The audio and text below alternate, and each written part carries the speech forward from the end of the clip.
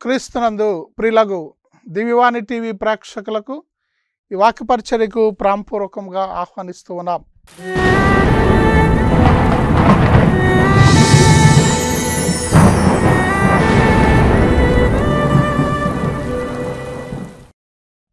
ప్రియులారా, ఈనాటి అంశము ఉపవాసము, ఫాస్టింగ్. ఇద్దరు వేటగాళ్ళు పక్షులను వేటాడడానికి ఒక పర్వతం క్రింద వలను వేశారు. మరి సాయంకాలం వారు వెళ్ళి చూసేటప్పుడు చాలా పక్షులు పడ్డాయి.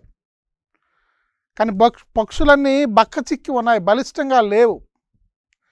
ఈ పక్షులు బలిష్టంగా లేవు, వీటిని మార్కెట్కి తీసుకుని వెళ్ళినట్లయితే మనం అమ్మలేము, కనుక ఈ వలలోనే ఉంచి వీటికి ఆహారాన్ని, నీటిని, వివిధ ధాన్యపు గింజలను వేద్దాము.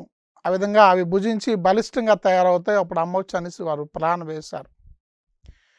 ఆ విధంగా పక్షులన్నింటినీ ఆ వలలోనే ఉంచి ప్రతిరోజు ఆహారము, నీటిని, వివిధ తిండి గింజలు, ధాన్యపు గింజలను వేయటం మొదలుపెట్టారు. పక్షులన్నీ చాలా చక్కగా భుజిస్తూ బలిష్టంగా తయారయ్యేవి, మంచిగా నీరు త్రాగుతూ హాయిగా ఉన్నాయి. కానీ ఒక్క పక్షి మాత్రము ఏ విధమైనటువంటి ఆహారాన్ని తీసుకోలేదు. అది రోజు రోజుకు బక్కచిక్కిపోతూ ఉంది. కేవలం కొన్ని నీటి చుక్కలు మాత్రమే తీసుకొని అది జీవించటం మొదలుపెట్టింది. ఆ విధంగా రోజు రోజుకి అది బక్కచిక్కిపోయి చాలా సన్నంగా తయారైంది. దాన్ని చూసి మిగతా పక్షులను హేళన చేస్తూ ఉన్నాయి. అది పక్షులను మార్కెట్కి తీసుకొని పోవలసిన రోజు రానే వచ్చింది. ఈ బక్కచిక్కినటువంటి ఈ పక్షి ఆ వలల రంధ్రం గుండా అతి కష్టం మీద బయటకు వచ్చి చక్కగా ఎగిరిపోయి స్వాతంత్రంలోనికి ఎగిరి వెళ్ళిపోయింది. కేవలం దాని ఉపవాసం మాత్రమే దానిని రక్షించింది. క్రీస్తునందు ప్రియులారా, క్రైస్తవుని అంతర్గత ప్రాయశ్చిత్తానికి 3 పద్ధతులు ఉన్నాయి. అవి ప్రార్థన, ఉపవాసం, దాన ధర్మాలు.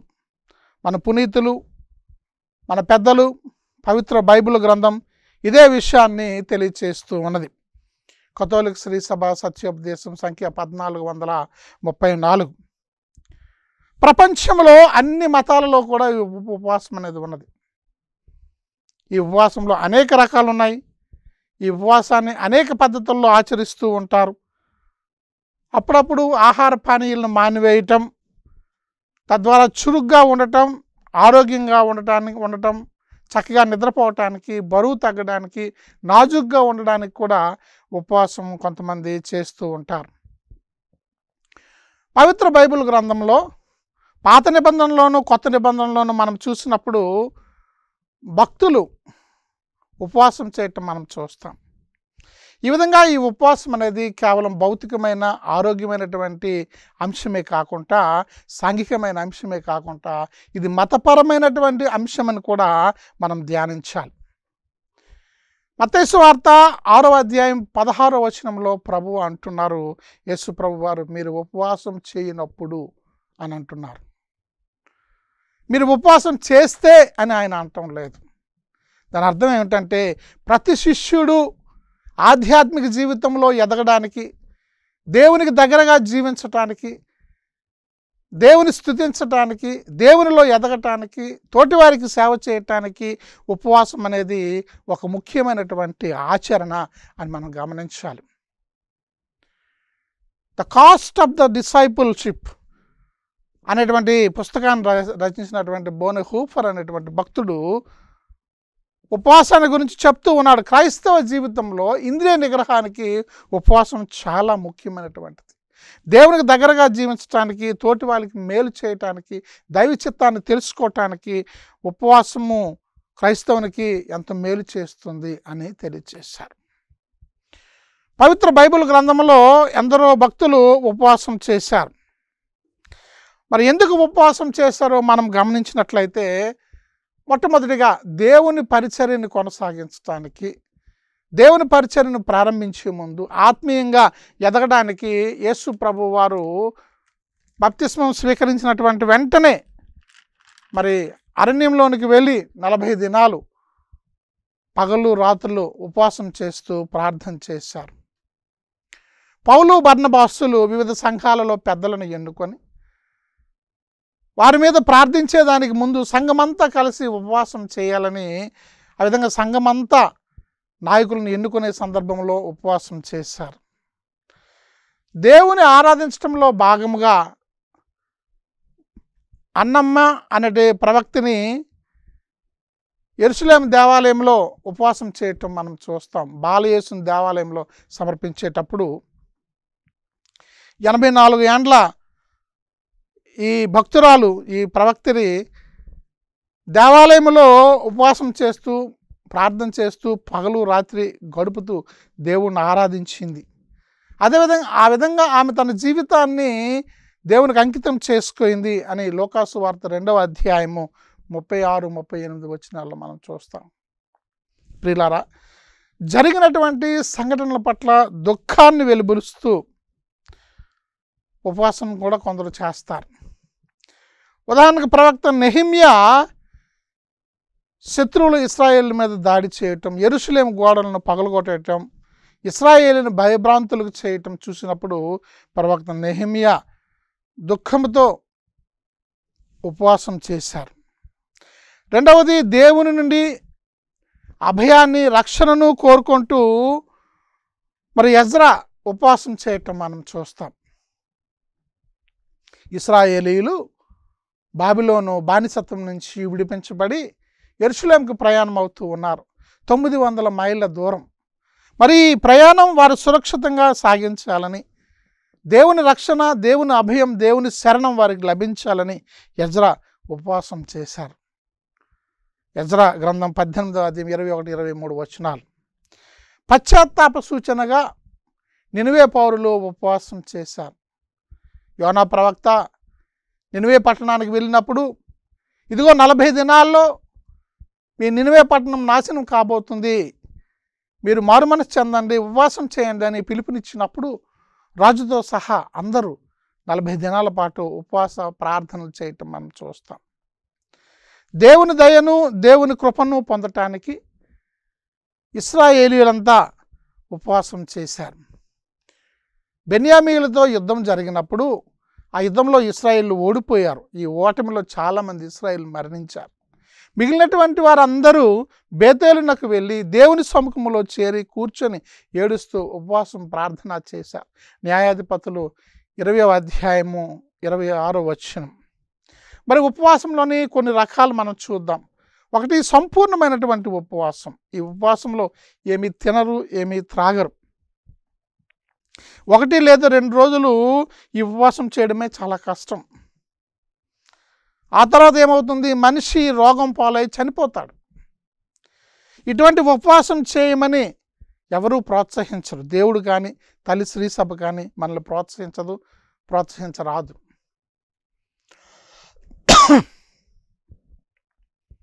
దైవకుమారుడైనటువంటి యేసు ప్రభువు వారు, ఉదాహరణకు పాత నిబంధనలో మనం తీసుకుందాం. పాత నిబంధనలో అయితే మోషే, యెహోషువ 40 దినాల పాటు ఉపవాసం చేశారు. మరి నూతన నిబంధనలో యేసు ప్రభువు వారు, దైవకుమారుడు, మనుష్య కుమారుడు అయినటువంటి వారు 40 దినాలు ఈ రకమైనటువంటి ఉపవాసం చేశారు. ఇది మానవాతీతమైనటువంటి ఉపవాసం. రెండవది, సాధారణ ఉపవాసం. ఈ సాధారణ ఉపవాసంలో వీరు ఆహారాన్ని భుజించరు కానీ మంచినీటిని త్రాగుతారు. మూడవది, పాక్షికమైనటువంటి ఉపవాసం. మితాహారం తీసుకుంటారు, సాత్విక ఆహారం తీసుకుంటారు, మాంసానికి మద్యానికి దూరంగా ఉంటారు. దానియేలు ఇట్లాంటి ఉపవాసం చేశారు. దానియేలు గ్రంథము 10వ అధ్యాయము 3వ వచనం. నాలుగవది, ఆధ్యాత్మిక ఉపవాసం.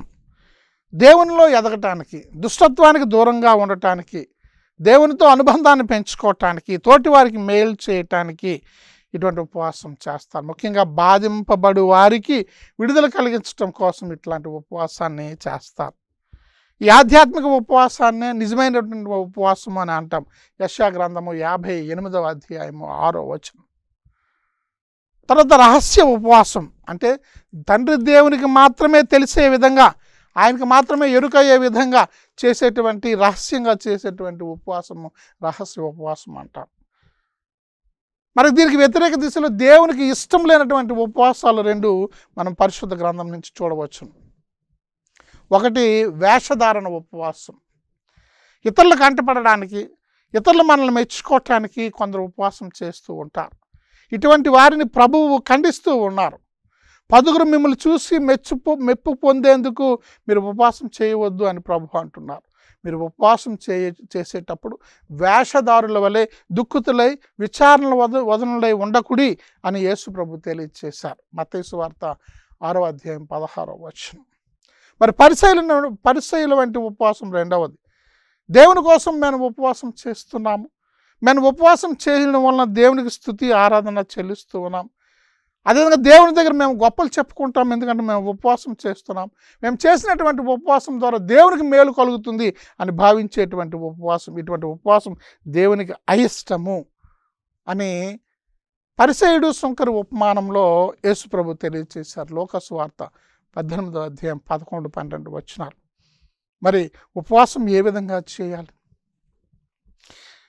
ఎలా చేయాలి అనే దాని గురించి మనం చూస్తే మొట్టమొదటిగా వ్యక్తిగతమైనటువంటి ఉపవాసం. మోషే అన్నపానీయులు మానివేసి ఉపవాసం చేశారు, ప్రార్థన చేశారు. దీనినే మన వ్యక్తిగత ఉపవాసం అంటాం. ద్వితీయోపదేశకాండం 9వ అధ్యాయం 18వ వచనం. రెండవదిగా సంఘమంతా కూడి ఉపవాసం చేయాలని పౌలు బర్నబాసులు ప్రతి సంఘమునకు ఉన్నటువంటి పెద్దలకు అందరికి పిలిపించారు. అందరు కూడి ఉపవాసము ప్రార్థన చేశారు. అపోస్తలుల కార్యములు 14వ అధ్యాయం 23వ వచనం. మూడవది ఆత్మచే నడిపింపబడేటువంటి ఉపవాసం. యేసు ప్రభువు ఆత్మతో నడిపింపబడి ఎడారినకు వెళ్ళి ఎడారిలో ఉపవాసం చేశారు. లోకాసు వార్త 4వ అధ్యాయం 1-4 వచనాలు.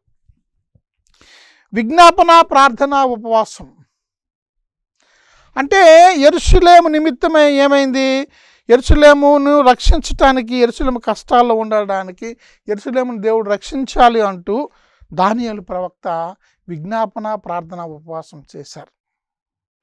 రెండోది, మనం ఉపవాసం చేసేటప్పుడు దైవ వాక్కును ప్రేరణలో తీసుకొని దైవవాక్ ఆధారంగా యేసుప్రభుని మాదిరిగా ఉపవాసం చేయాలి.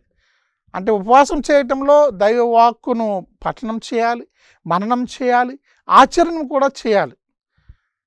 ఆరవదిగా పశ్చాత్తాపము, మారు మనసునకు గుర్తుగా ఉపవాసం చేయాలి. మనం ఉపవాసం చేసేటప్పుడు పశ్చాత్తాపడాలి, మారు మనస్సు చెందాలి. ఈ విధంగా ఉపవాసం తిరిగి మనల్ని దేవునితో సఖ్యపరచాలి.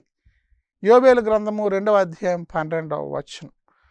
బహిరంగ ఆర్భాటం కోసం కాకుండా వ్యక్తిగతంగా రహస్యంగా దేవునికి తెలిసేటట్లు మనం ఉపవాసం చేయాలి. ఈ ఉపవాసం నీలో వినయ విధేయతలను పెంచాలి. దేవుని ఎడల, తోటివారి ఎడల నీ వినయ విధేయతల్లో నువ్వు పెరగాలి. ఆ విధంగా ఉపవాసం నీకు సహాయం చేయాలి.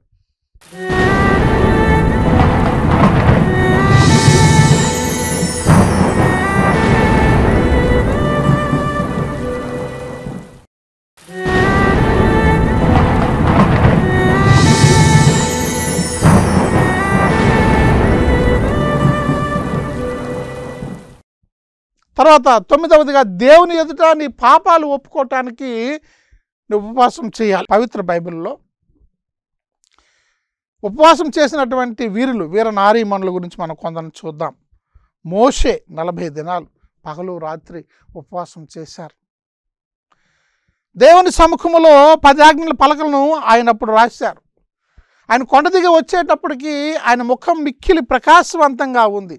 ఆయన ముఖాన్ని ఆరోను ఇతర ఇశ్రాయేలు చూడటం బహు కష్టంగా ఉండేది. అందువలన ఏం చేశాడు, మోసే ఒక ముసుగును తన ముఖం పైన ధరించి వారితో మాట్లాడుతూ ఉంటారు. దేవుడితో మాట్లాడేటప్పుడు ఆ ముసుగును తీసివేసేవారు. మరి అహరోను ఇతర ఇశ్రాయేలుతో మాట్లాడేటప్పుడు ముసుగు వేసుకునేవారంట మోసే. దేవునితో ఉండటం వలన, దేవుని సన్నిధిలో ఉండటం వలన, ఉపవాసం చేయటం వలన, ప్రార్థన చేయటం వలన ఆ విధమైనటువంటి ప్రకాశాన్ని ఆయన పొందారు అని మనము గమనించాలి. ఏలియా ప్రవక్త యెజబెలు రాణి వలన తనకు ప్రాణహాని ఉందని గమనించినప్పుడు ఆయన దేవుని కొండ అయినటువంటి హోరేబుకు వెళ్ళిపోతూ ఉన్నాడు. మార్గ మధ్యంలో దేవుడు ఆయనకు ఆహారాన్ని పంపిస్తూ ఉన్నాడు. రొట్టెను, కాల్చిన రొట్టెను, ముంతడు నీటిని పంపిస్తూ ఉన్నారు. అది భుజించి ఆ నీటిని త్రాగి ఆ రొట్టెను తిన్న తర్వాత 40 దినాల పాటు ఆయన శక్తితో, ఆ బలముతో, ఆహార బలముతో దేవుని కొండ హోరేబు వరకు ఉపవాసం చేశారు. ఆ కొండను చేరుకున్నారు. 1వ రాజుల గ్రంథం 19వ అధ్యాయం 1-8 వచనాలు. హన్న సంతానం కోసం ఉపవాసం చేసింది. సమూయేలు తండ్రి అయినటువంటి ఎల్కానాకు 2 భార్యలు. పెద్ద ఆమె పెనిన్నా, చిన్న ఆమె హన్న. పెనిన్నాకు సంతానం ఉంది, మరి హన్నాకు సంతానం లేదు. హన్నాకు సంతానం లేకపోవడం వలన ఆమె సవతి ఎగతాళి చేస్తూ ఉండేది. అందువలన హన్న దేవాలయంలో ఉపవాసంతో, ప్రార్థనతో, కన్నీటి ప్రార్థన చేస్తూ ఉండేది. ఒకనాడు ఇట్లా ప్రార్థన చేస్తుండగా ఈమె యాజకుడైనటువంటి ఏలీ కంటపడ్డది. తన బాధను ఏలీకి వ్యక్తం చేసింది. యాజకుడైనటువంటి ఏలీ ఆమెను దీవించాడు. ఆ విధంగా యావే కరుణకు నోచుకొని ఆమె 12 మగబిడ్డకు జన్మనిచ్చింది. అతనే సమూయేలు ప్రవక్త. 1 సమూయేలు గ్రంథం 1వ అధ్యాయం 1-28 వచనాలు. ఇంకా పాత నిబంధనలో చాలామందిని భక్తులు మనం చూస్తాం. మోషే, యెహోషువ, దావీదు, దానియేలు, ఎజ్రా, నెహెమియా, ఇలా చాలామంది, హన్నా, ఇలా చాలామంది భక్తులు ఉపవాసం చేశారు. నూతన నిబంధనలో ప్రవక్త అన్నమ్మ ఉపవాసం చేయటం మనం చూస్తాం. అదేవిధంగా యేసు ప్రభు ఉపవాసం చేయడం మనం చూస్తాం. యేసు ప్రభు ఆత్మ ప్రేరణతో నడిపించబడినప్పుడు ఆ 40 దినాలు ఉపవాసం ప్రార్థన చేశారు. మరి పాత నిబంధనలో మనం చూసినట్లయితే మోషే, యెహోషువ, ఏలియాలు ఉపవాసం చేశారు 40 దినాలు. ఈ విధంగా యేసు ప్రభు ఉపవాసం చేసి ఆయనే నూతన మోషే, ఆయనే నూతన యెహోషువ, ఆయనే నూతన ఏలియా అని మనము గమనించాలి. ఇంకా నూతన నిబంధనలో యూదులు, బప్తిస్మ యోహాను శిష్యులు, పునీత పౌలుడు, అతని శిష్యులు ఉపవాసం చేస్తూ ఉండేవారు. మరి కథోలిక శ్రీ సభ సత్యోపదేశం ప్రకారము అంతరంగ ప్రాయశ్చిత్తానికి ఉన్నటువంటి 3 పద్ధతుల్లో ఉపవాసం. 1 తపస్సు కాలంలో, ముఖ్యంగా ప్రతి శుక్రవారము ఒంటి పొద్దు ఉపవాసం ప్రభుని మరణ జ్ఞాపకార్థంగా, శ్రమల జ్ఞాపకార్థంగా మనం చేయాలని, ఆత్మత్యాగాన్ని మనం చేయాలని, ఈ ఉపవాసం మనం ఆచరించాలని, ఉపవాసము, ప్రార్థన, దాన ధర్మాలు ఆచరించాలని కథోలిక శ్రీ సభ సత్యోపదేశం తెలియజేస్తూ ఉన్నది. సంఖ్య 1438. అదేవిధంగా విభూతి బుధవారము, శుభ శుక్రవారము కథోలికులు ఉపవాసం చేయాలి. శ్రీ సభ చట్టము సంఖ్యలు 1250 నుంచి 1253 వరకు. ఈ ఉపవాసం చేసేటప్పుడు ఒక పూట సంపూర్ణమైనటువంటి భోజనాన్ని చేసి మిగతా 2 పూటలు కూడా అల్పాహారము, చిన్న చిన్న భోజనాలు, అల్పాహారం కొద్దిగా తీసుకోవాలి. అయితే ఈ 2 అల్పాహారాలు కలిసి ఒక సంపూర్ణ భోజనం పాటి ఉండకూడదు. ఒక సంపూర్ణ భోజనం కంటే తక్కువ తీసుకోవాలి. 14 సంవత్సరాల పైబడి 60 సంవత్సరాల లోపునటువంటి వారు ఈ ఉపవాసాన్ని ఆచరించాలి. సాత్విక ఆహారం తీసుకోవాలి. మాంస విసర్జనము చేసి విభూతి బుధవారం, పెద్ద శుక్రవారము ఆచరించాలని శ్రీసభ చట్టము 1250 నుంచి 1253 వరకు తెలియజేస్తూ ఉన్నది. ప్రియులారా, పునీతుల మాటల్లో మనము చెప్పినట్లయితే ఈ ఉపవాసం గురించి మనం కొన్ని భావాలను స్వీకరించవచ్చు. అవేమిటంటే, ఉపవాసం అనగానే కేవలం ఆహారం నుంచి మన ఉపవాసం మాత్రమే కాదు, అంతర్భాగంగా ఏదైతే మన ఆత్మకు హాని చేస్తుందో, ఏదైతే పాప కారణం అవుతుందో దానిని త్యజించడమే నిజమైనటువంటి ఉపవాసం అని పునీత థోమస్ అక్వినాస్ గారు తెలియజేస్తూ ఉన్నారు. ఆత్మీయ ప్రార్థనే ఉపవాసం. ఈ ఆత్మీయ ప్రార్థనలో కారుణ్యం అనేది ముఖ్యం. కారుణ్యాన్ని ప్రదర్శించాలి. నీ మనవిని దేవుడు ఆలకించాలంటే, వినాలంటే, ఆపదలో కష్టాల్లో ఉండేటువంటి వారి మనవిని నువ్వు ఆలకించాలి. నువ్వెప్పుడైతే ఇతరుల అవసరాల పట్ల పెడచెవి పెట్టకుండా మెలుగుతావో, వారికి సాయం చేస్తావో, అప్పుడే దేవుడు నీ అవసరాన్ని తీరుస్తారు. ఇతరుల కష్టం పట్ల, ఇతరుల సమస్య పట్ల నీవు వినే చెవులను, సహాయం చేసే చేతులను కలిగి ఉండటమే నిజమైనటువంటి ఉపవాసం అని పీటర్ క్రోసలోగోస్ అనేటువంటి భక్తుడు తెలియజేస్తూ ఉన్నారు. పిల్లరా, ఎప్పుడైతే మన పొట్ట నిండుగా ఉంటుందో లేదా ఖాళీగా ఉంటుందో అది శరీరానికి హాని చేస్తుంది, ఆరోగ్యానికి హాని చేస్తుంది. అదే రీతిగా లోక వ్యామోహాలతో మన శరీరం నిండినప్పుడు, లోక కోరికలతో మన శరీరం నిండినప్పుడు అది మన ఆత్మకు హాని చేస్తుంది. అందువలన ఉపవాసం మనం తప్పనిసరిగా చేయాలని బింగెన్ హైడెగర్ అనేటువంటి భక్తుడు తెలియచేస్తూ ఉన్నాడు. ఒకసారి భక్తుడు ఉపవాసం ప్రారంభించినట్లయితే అది తన మార్గాన్ని సరిదిద్దుకోవడానికి సహాయం చేయాలి. దేవుడితో సంభాషించాలి అనేటువంటి ఆ కోరికను, అభిలాషను ఆ ఉపవాసం మనిషిలో అధికం చేయాలి.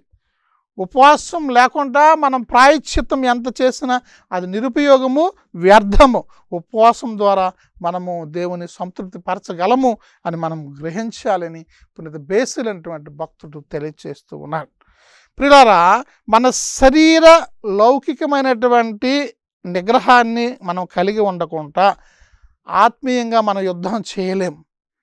లోకము, పిశాచము, సైతాను వీటితో యుద్ధం చేయాలంటే మనం తప్పనిసరిగా ఉపవాసం చేయాలి అని గ్రెగరీ ది గ్రేట్ భక్తుడు తెలియచేస్తూ ఉన్నాడు.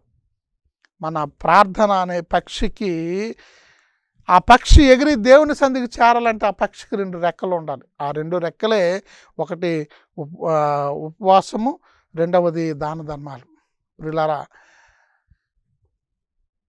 జాన్ మరియ వియానీ గారు ఒక మాట అంటూ ఉన్నారు. అదేమిటంటే, నా స్నేహితుడా, క్రమశిక్షణ గురించి, ఇతర ప్రాయశ్చిత్త క్రియల గురించి నువ్వు ఎక్కువగా భయపడకు. అయితే నువ్వు చేయవలసినటువంటి త్యాగాన్ని గమనించు. నువ్వు ఎప్పుడైతే ఆహారం మానివేస్తావో, నువ్వు ఎప్పుడైతే పానీయాన్ని మానివేస్తావో, నువ్వు ఎప్పుడైతే నిద్రను త్యాగం చేస్తావో, అవి సైతాన్ని భయభ్రాంతులకు గురి చేస్తాయి. సైతాన్ని భయభ్రాంతులకు గురి చేసేటువంటి ఏ కార్యములైనా దేవునికి ఇష్టమైనటువంటివే. అదే నిజమైనటువంటి ఉపవాసము అని పునీత జాన్ మరియ వియానీ భక్తుడు తెలియచేశారు. ఎవరైతే ఉపవాసం చేస్తారో వారిని చూసి సైతాన్ దిగ్భ్రాంతికి లోనవుతుంది అని పునీత ఫ్రాన్సిస్ డి సేల్స్ వారు అంటూ ఉన్నారు. ప్రియులారా, ముగించుకోనబోయే ముందు కొన్ని ముఖ్యాంశాలను మనం చూద్దాం. కథోలిక శ్రీసభ సత్యోపదేశం ప్రకారము అంతరంగ ప్రాయశ్చిత్త విధానాల్లో 3 ముఖ్యమైనటువంటి అంశాలు ఉన్నాయి. అవి ప్రార్థన, ఉపవాసము, దాన ధర్మాలు. రెండవది మనం చూసినట్లయితే అన్ని మతాల వారు, ప్రపంచంలో అన్ని మతాల వారు ఉపవాసం చేస్తూ ఉన్నారు. మరి పాత నిబంధనలోను, క్రొత్త నిబంధనలో, పరిశుద్ధ గ్రంథంలో ఉపవాసం చేసినటువంటి భక్తులు ఉన్నారు. మరి యేసు ప్రభు వారు ఉపవాసం చేశారు. ఏ విధంగా ఉపవాసం చేయాలో వారు మనకు నేర్పించారు.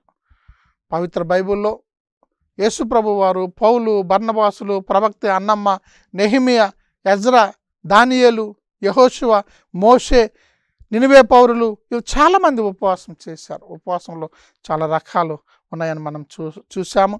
అదేవిధంగా వేషధారంతో కూడినటువంటి ఉపవాసము, పరిసయ్యుల మాదిరి ఉపవాసం దేవునికి ఇష్టం లేదు.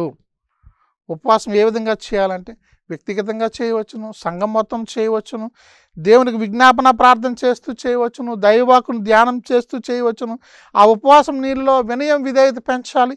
ఆ ఉపవాసం నీలో పశ్చాత్తాపాన్ని, మారు మనస్సును కలిగించాలి. ఆ ఉపవాసం నీలో నీ పాపాలు ఒప్పుకోవటానికి నీకు సహకరించాలి. అప్పుడు అదే నిజమైనటువంటి ఉపవాసం అవుతుంది. కనుక ప్రియులారా, ఈ పరిశుద్ధ కాలంలో ప్రతి శుక్రవారం ఈ 40 దినాల్లో మనకి ఎంత సాధ్యమైతే అంత, కేవలం శ్రీసభ చట్టాన్ని అనుసరించి విభూతి బుధవారం, శుభ శుక్రవారం, ఇతర శుక్రవారాలనే కాకుండా మనం ఎంతవరకు ఉపవాసం చేయగలమో, ఎంతవరకు దేవునికి దగ్గరగా ఎదగలమో, దేవునిలో ఎదగలమో, ఎంతవరకు తోటి వరకు మేలు చేయగలమో మనం ప్రయత్నం చేస్తూ చక్కనటువంటి ఆత్మశుద్ధి కోసం ఈ ఉపవాసం ద్వారా మనం ప్రార్థన చేద్దాం. దేవుడు మేము దీవించి ఆశీర్వదించుగాక. పిత, పుత్ర, పరిశుద్ధాత్మ నామమున ఆమేన్.